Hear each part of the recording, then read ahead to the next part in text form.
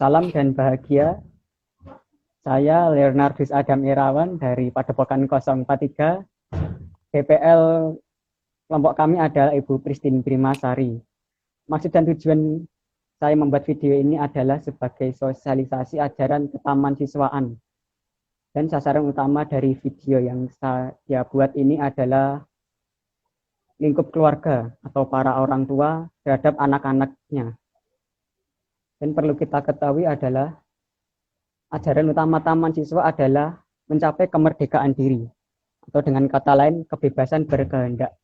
Setiap orang mempunyai kebebasan dalam menentukan apa yang dia inginkan. Dia punya kebebasan dan punya hak untuk berperilaku, bertindak sesuai yang diinginkan, sesuai dengan norma-norma yang berlaku.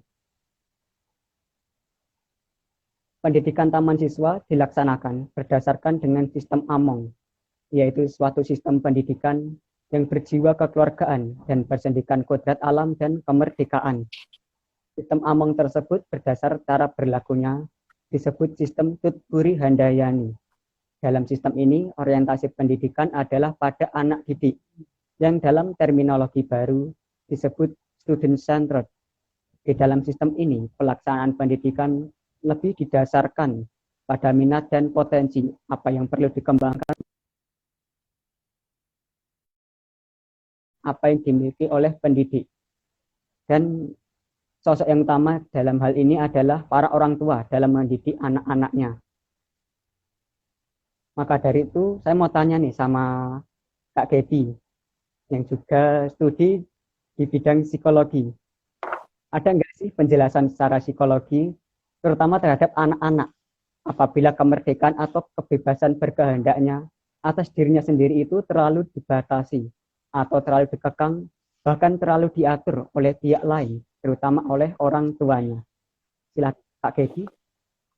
Oke, jadi tadi kita bicara soal kebebasan ya. Tentu kalau misalnya pihak dari orang tua terlalu mengekang anak-anak, tentu pasti banyak dampak yang negatif walaupun juga dampak positifnya, tapi dampak positif itu lebih kecil. Nah, tadi aku udah ngumpulin data-data ya dari berbagai jurnal-jurnal. Jadi kalau misalnya orang tua itu terlalu mengekang anak-anak, banyak kemungkinan sifat anak-anak tuh yang tumbuh itu menjadi seorang yang mudah stres, habis itu tidak percaya diri, tidak mandiri. Nah, aku pengen sorot dulu beberapa poin. Yang pertama itu yang paling sering terjadi itu adalah tidak mandiri. Tidak mandiri dalam hal ini dia selalu bergantung sama orang tuanya ya, karena tidak diberi kebebasan bergaul sama teman-temannya. Jadi kalau misalnya ada problem atau ada masalah, dia pasti tarik orang tuanya seperti itu. Lalu yang kedua, dia menjadi kaku dan tidak bisa bergaul karena lingkungan yang dia kenal selama ini cuma orang tuanya, tidak dibolehkan untuk main di luar dan sebagainya kayak gitu. Habis itu kenapa sih orang-orang tuh bisa gampang stres? Karena kan kalau manusia itu kan makhluk sosial ya. Jadi kalau misalnya ada masalah, kita harus sharing ke orang lain gitu kan. Nah kalau misalnya anak-anak yang terlalu dikekang, dia tuh nggak punya teman, nggak punya siapapun. Jadi sehingga dia mendam-mendam apapun yang dia rasakan, sehingga dia anak-anak yang dikekang atau yang terlalu diisi sama orang tuanya itu bisa menjadi seseorang yang tumbuh menjadi seseorang tuh yang lebih gampang stres, lebih gampang depresi kayak gitu. Ada juga dampak-dampak lainnya seperti anak sering berbohong. Jadi kalau misalnya dikekang kan, biar diizinin, dia bohong kayak gitu. Itu kan bohong kan sifat yang nggak baik gitu kan. Tapi masih banyak lagi sih dampak-dampak yang lainnya. Tapi yang paling sering tuh ya itu yang tadi aku sebutin. Mudah stres, berbohong, eh, kaku, nggak bisa mandiri, nggak bisa survive atau di dunia luar gitu kan, nggak bisa bertahan di dunia luar karena apa-apa selama ini yang dia ketahui orang tuanya doang. Jadi kalau misalnya dia mengandalkan dirinya sendiri, nggak bisa gitu. Jadi dia kurang percaya diri, tumbuh menjadi orang yang apa ya, kurang percaya diri karena nggak ada lingkungan yang support sama dia selain keluarganya kan. Ya mending lah kalau misalnya dikekang, tapi keluarganya itu ngedukung hobinya atau kegiatannya dia. Nah kalau misalnya keluarganya ngekang, kalau orang tuanya ngekang, tapi nggak ngedukung juga hobinya dia, ya itu yang lebih parah lagi sih. Jadi banyak banget kekurangan dan minus-minus dari kelakuan orang tua yang terlalu mengekang anaknya.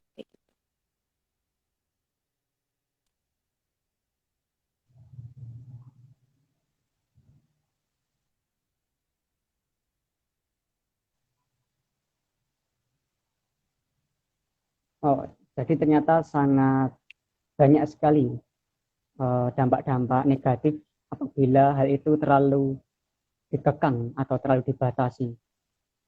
Lalu Kak Dedi, bagaimana solusinya apabila ada suatu keluarga atau orang tua itu terlalu membatasi kemerdekaan anaknya? Bagaimana caranya orang Sebenarnya tua mendidik, ya, dan ya, bagaimana sebagai seorang anak itu mendapatkan kemerdekaannya? Apakah harus dilawankah orang tuanya atau bagaimana? enggak. Jadi di sini aku kasih dua solusi ya untuk pihak orang tua sama pihak anak. Ada mau yang dengar yang mana dulu nih dari pihak orang solusi untuk pihak orang tua atau pihak dari anak? Ini saya sebagai anak dan belum menjadi orang tua, solusi dari sudut pandang anak-anak Dari dulu. pihak anak ya. Oke. Ya, Sebagai anak tadi kan Kak Adam sudah nyebutin nih apakah harus orang tua dilawan apa gimana ya kan atau ada solusi lain. Sebenarnya kunci dari semuanya itu adalah komunikasi yang baik. Untuk anak ya tunjukkan rasa percaya rasa percaya di orang tua. Jadi tunjukkan kalau misalnya kalian bisa menjadi sosok yang bertanggung jawab. Orang tua itu juga pasti akan percaya kalau misalnya kalian membangun rasa percaya dalam diri mereka kayak gitu. Habis itu ya tadi yang pertama itu kembali lagi dalam komunikasi yang sehat, dekatin orang tua, maksudnya jalan komunikasi yang baik sama orang tua seperti itu. Nah, orang tua itu pasti akan mengerti sendirinya karena orang tua sebelum menjadi orang tua kita pasti pernah muda juga kan, pasti pernah ngalamin juga hal-hal seperti yang dilakukan oleh para remaja kayak gitu. Sehingga kalau misalnya kalian mendekati mereka, kalian bangun komunikasi yang baik, ya mungkin orang tua kalian tuh bakalan mengerti apa yang kalian lakukan. Habis itu kalau misalnya kalian memang mau pergi kemana-mana, ingat selalu minta izin. Jelaskan apa sih acara itu kenapa, kalian bikin apa di sana, rangkaiannya seperti apa aja, jam berapa kalian pergi, jam berapa kalian pulang, itu dijelasin semuanya. Nah itu kan bisa membangun rasa percaya dalam diri orang tua, sehingga apa ya, itu bisa membuat kalian tuh dimiliki rasa kepercayaan sehingga kalian bisa pergi gitu kayak gitu bisa diizinin kayak gitu.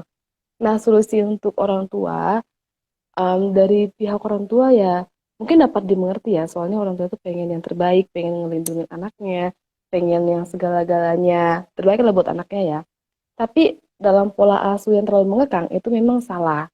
Jadi untuk solusi orang tua ya bangun rasa percaya ke anak lagi kayak gitu. Jadi di sini intinya tuh rasa percaya, komunikasi, habis itu pola asuh yang perlu diperbaiki agar tidak kontrol terlalu berlebihan kayak gitu.